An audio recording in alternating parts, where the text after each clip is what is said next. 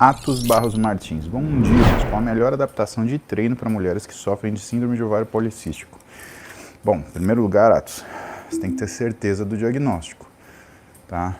Porque o que acontece? A síndrome do ovário policístico é um diagnóstico que normalmente é de exclusão. É quando você exclui um monte de coisa, pum, sobrou a síndrome do ovário policístico. E aí a gente vai ter que lidar.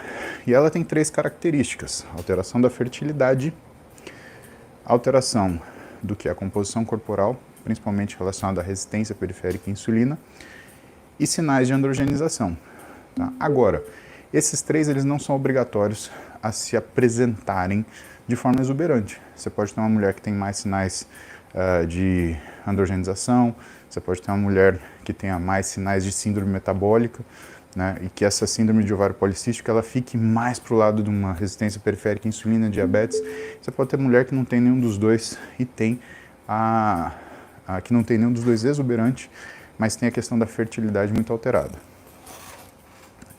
Isso é importante falar para vocês, porque eu vejo que muita gente fica procurando no exame de sangue da mulher, né, o nível de testosterona alterado para falar assim, não, isso é síndrome do ovário policístico. Muitas vezes não tem.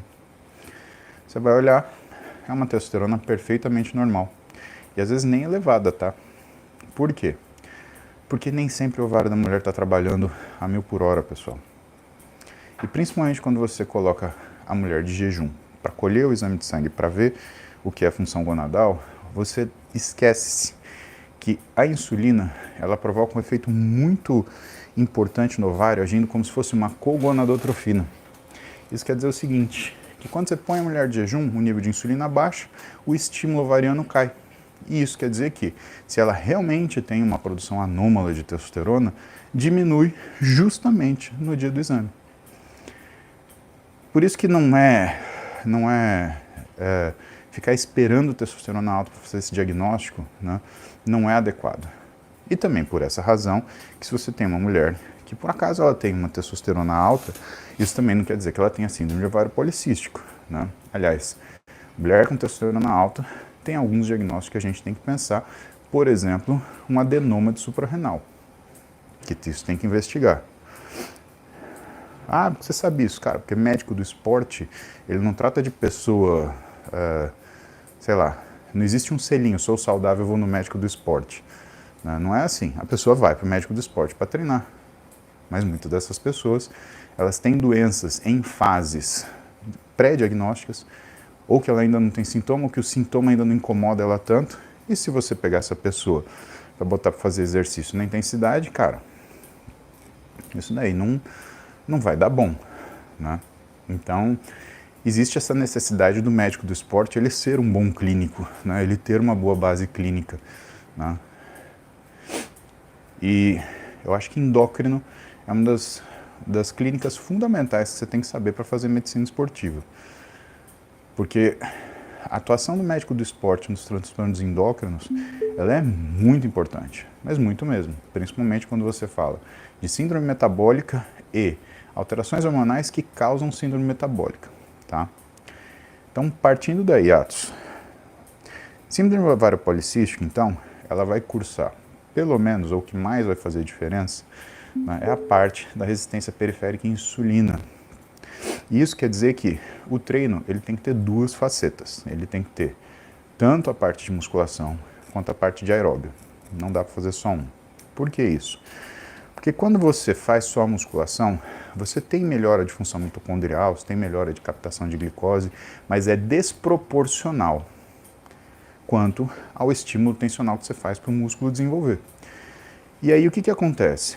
Num primeiro momento você ganha força e adaptação muscular, e num segundo momento você ganha somente adaptação de força, até chegar uma hora que nem força você ganha mais. E o que limita isso? O que limita isso é a função aeróbica. Então a gente dá o treinamento aeróbico para fazer o quê? Melhorar o que é a captação de glicose. Isso faz com que você melhore a função mitocondrial, que melhora a função muscular e permite que você vá ganhando força e modificação muscular com o tempo. Para a mulher que tem síndrome de ovário policístico, isso é mais importante ainda. Por quê? Porque existe uma doença metabólica que está fazendo com que ela tenha restrição do que é a função metabólica muscular dela. Então, precisa ter as duas coisas. Não adianta, só fazer musculação. Mas ajuda? Ajuda. Agora, quando você tem musculação e aeróbico, a coisa é bem diferente. E aí, como fazer a musculação? Sua musculação, o ideal seja que você trabalhe com estímulo ondulatório, né? De preferência até no mesmo treino, né? Faça um período do treino força e faça um período do treino resposta metabólica. Então, as duas coisas, elas precisam existir. E a terceira situação, né, é o aeróbico como fazer. E o melhor é você começar pelo começo. 75 minutos de aeróbico por semana, ou seja, são 15 minutos de aeróbico por dia. 15! Pô, 15 minutos, você fala que não dá tempo, aí é sacanagem, né? Então, 15 minutinhos de aeróbico por dia, você vai fazer intensidade moderada. Para a gente descobrir o que é moderado, o ideal é você fazer um exame de ergospirometria, e aí o profissional de educação física ele vai prescrever o treino de acordo com o que é esse resultado, né? Porque ele tem a noção do que é o moderado com isso.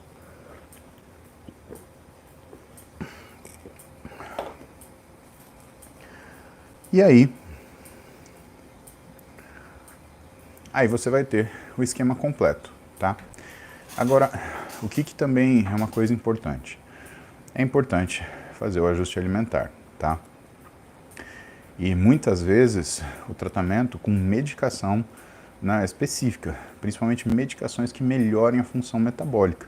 Então muitas vezes a gente usa análogos de GLP-1, mas de uma forma mais amena para não atrapalhar o treino. A gente usa inibidores seletivos de receptor de sódio e glicose, tá?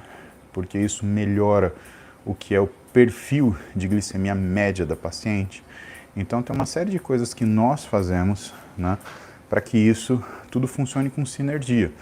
Agora, de certa forma, Atos, a única coisa que você pode apertar a mão mesmo, aí sem problema, é no treino, tá?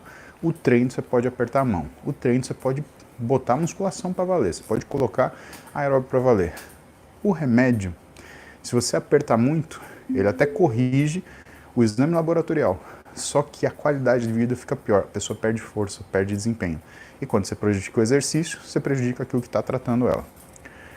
Se você apertar na dieta e fizer muita restrição, o que pode acontecer é você gerar um comer transtornado que pode virar um transtorno alimentar. Aí a gente está ferrado, porque isso daí é muito pior do que qualquer síndrome metabólica. É o que eu falo para vocês. O transtorno alimentar para nós, ele se equipara a uma depressão, ele se equipara a um transtorno ansioso. Ele é uma doença que a pessoa sofre muito, né? E não dá para ficar tentando dica de internet. Você tem que ter um psicólogo, um nutricionista e muitas vezes precisa ter um psiquiatra, tá? São coisas que acabam sendo necessárias. Certo? Então agora você já está doutor sobre treinamento em SOP, o que me deixa muito feliz. Mas sempre fica de olho nos stories, porque nos stories do Instagram, eu deixo as perguntas para vocês fazerem. E aí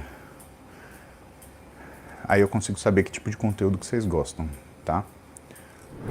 Lembrem assim, né, se for conveniente para vocês, aperta o botão de seguir aí. Eu tenho recebido algumas mensagens, não são muitas, de que precisou seguir mais de uma vez porque a plataforma derrubou. Eu recebi isso do Instagram e do YouTube. Pelo sim, pelo não, aperta o seguir aí. Garante que você vai estar comigo aqui todo dia. De manhã, às 7 da manhã, estamos aqui fazendo cardio, trocando ideia para deixar o dia melhor. Combinado?